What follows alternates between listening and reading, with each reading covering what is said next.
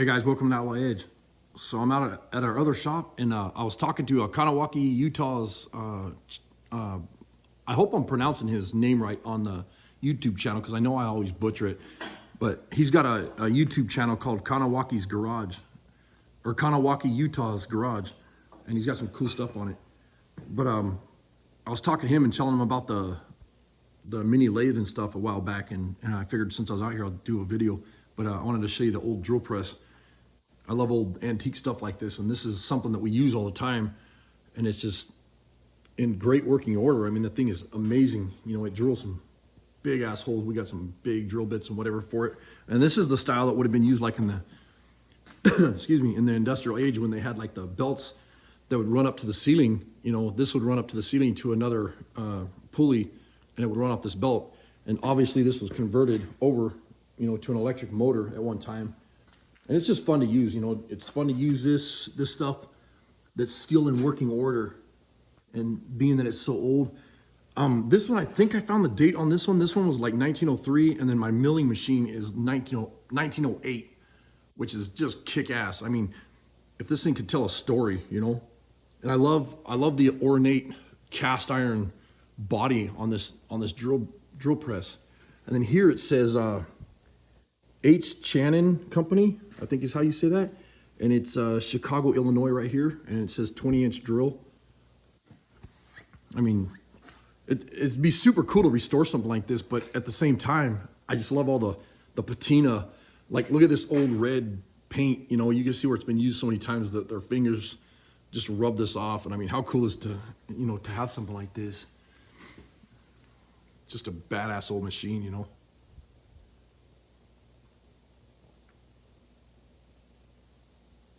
And then this monster base that it has on it. I mean, I wonder what this thing weighs, because I know that milling machine that I have that's real old, it's stupid heavy. But I'll show you the little Atlas lathe. And this thing is the same thing. It's just beautiful, you know, with the patina and everything.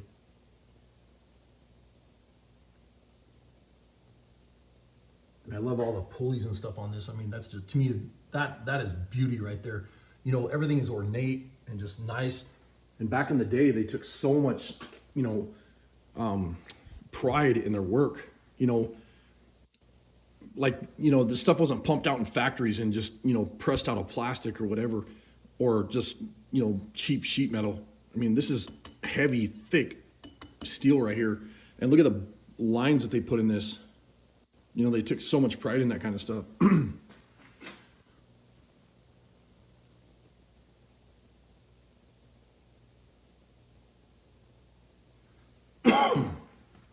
Excuse me, got the COVID.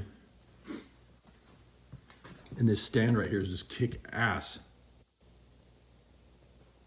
I mean, it's got these beautiful cast iron legs on it, you know. Big, thick, quarter-inch thick cast iron legs on here. Little shelf where you could put your tooling or oil or extra heads and whatever. But you can see the body lines and stuff on this thing where it has like body lines, like I'm talking about a car. But the, you know, all the ornate stuff that they do in it, like this line here. I mean, look at these handles and pulleys. This thing is just so fun to use, you know. And we're always making parts on this thing, so, you know, sometimes you take granted for what you have.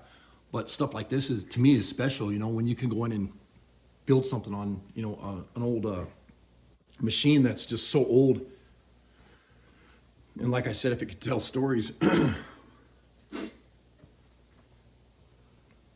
know, and then the everything on it is just so cool looking. Like all these cast iron, you know, the pride that they took into making all this stuff. I mean, you know, how long it took people to clean this stuff up. And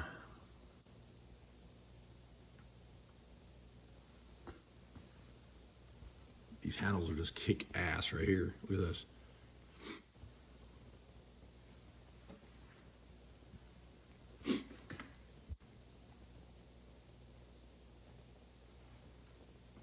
And then, you know, even the tools that go with these, like I made this years ago. I made this so that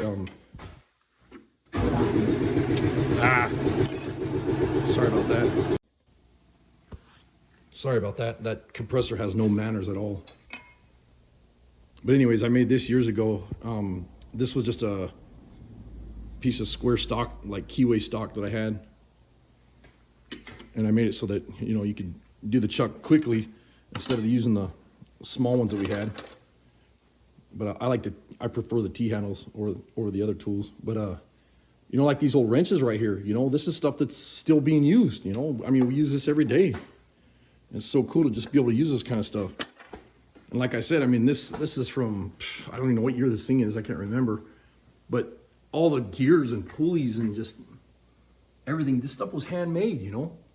Some of it was cast iron that was poured in factories, you know, blood, sweat, and tears by families and, you know, guys that worked their asses off making this stuff so that, you know, in the Iron Age where, you know, so guys can build Model Ts and, you know, old cars and ships and factories and just everything, buildings and whatever. And, you know, who knows what parts were made on this thing.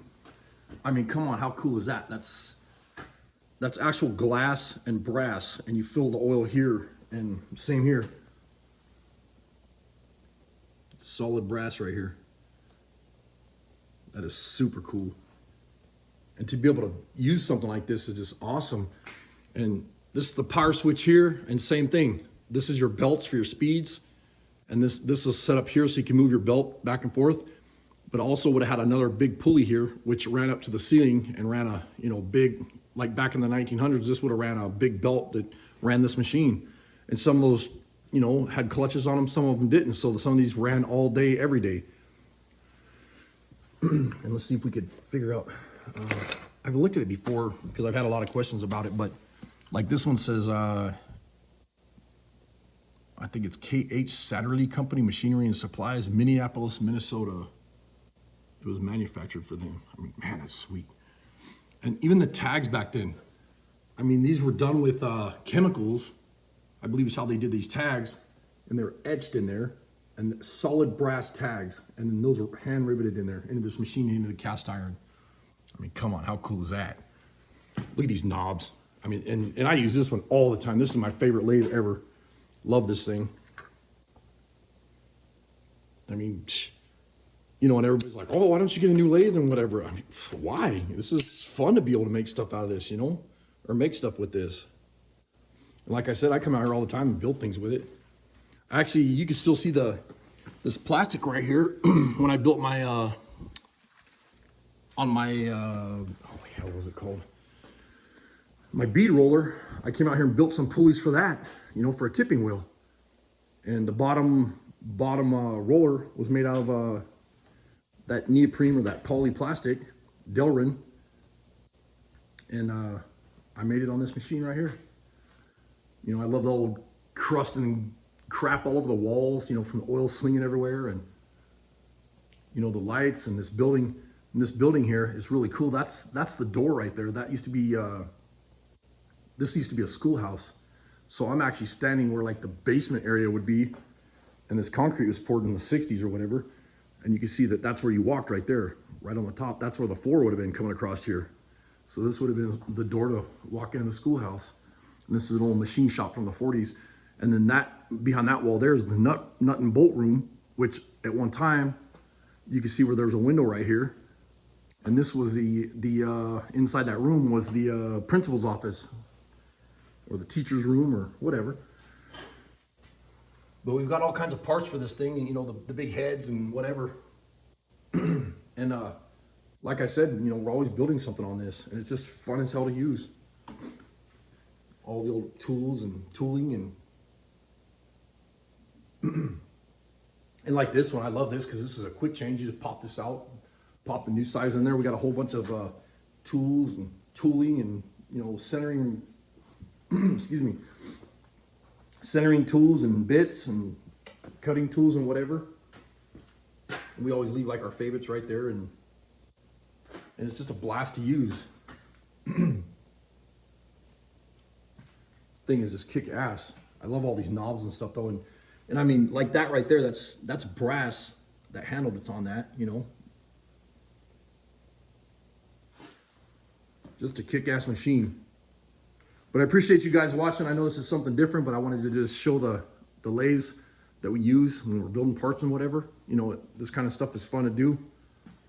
And I know there's gonna be somebody out there that'll like, you know, like these old machines. So give me a thumbs up, subscribe to my channel, and go check out, oh, I can never say his name right. I'm not even gonna try.